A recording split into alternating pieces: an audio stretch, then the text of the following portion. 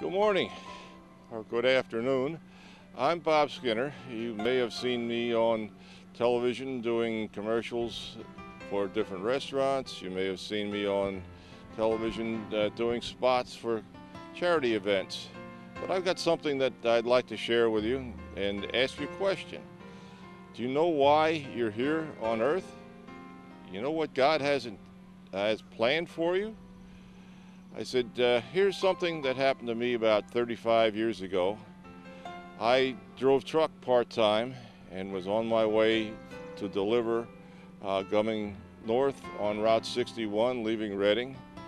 If you're not familiar with Route 61, it runs like a snake. As you head north, the right side is a mountain, the left side is the river.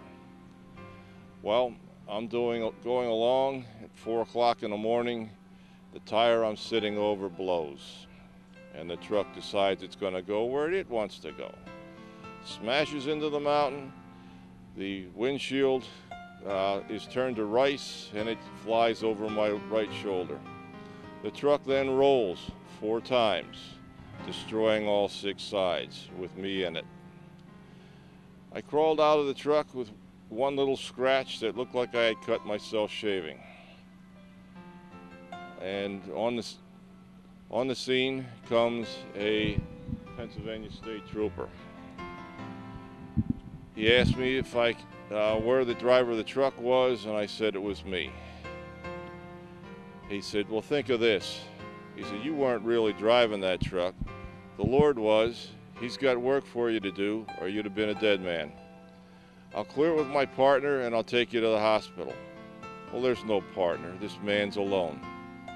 I don't remember getting into the police car, but it was 10 miles to my next stop, so I know I didn't walk. Got to the hospital, turned around to thank the officer, and as fast as you can say your first name, he and the police car were gone. I go in, get checked out. I'm covered with glass. I'm sore, nothing broken, just a scratch.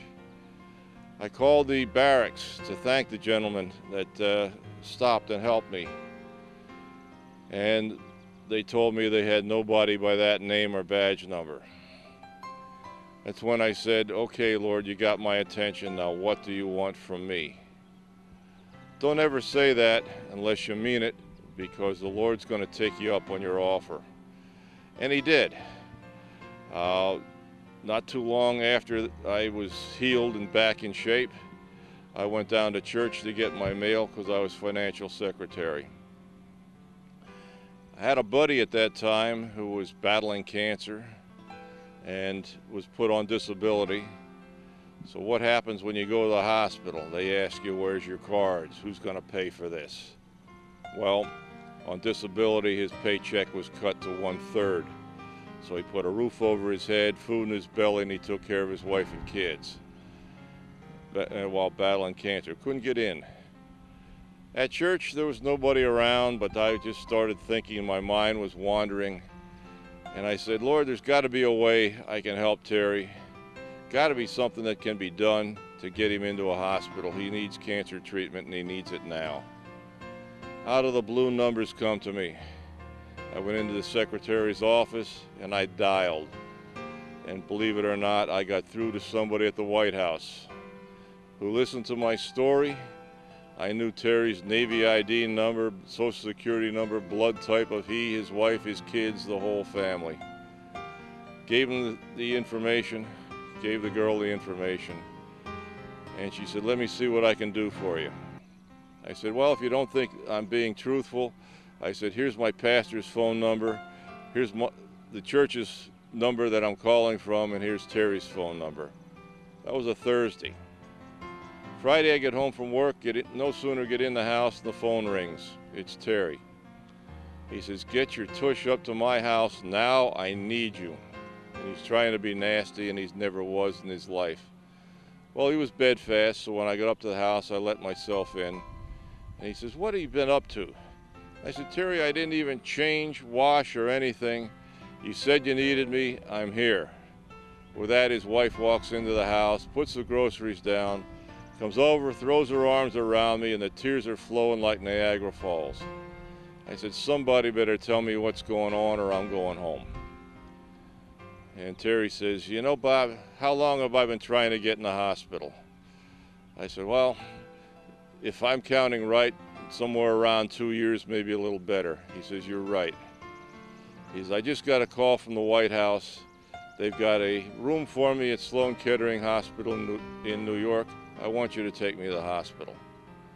We all started crying. And that's when I knew what I was supposed to do. Why God saved me. Why I didn't get killed in that accident that rolled the truck 4 times, destroying all 6 sides, and I got out of it with only a scratch. I then knew that God gave me a powerful speaking voice for a reason.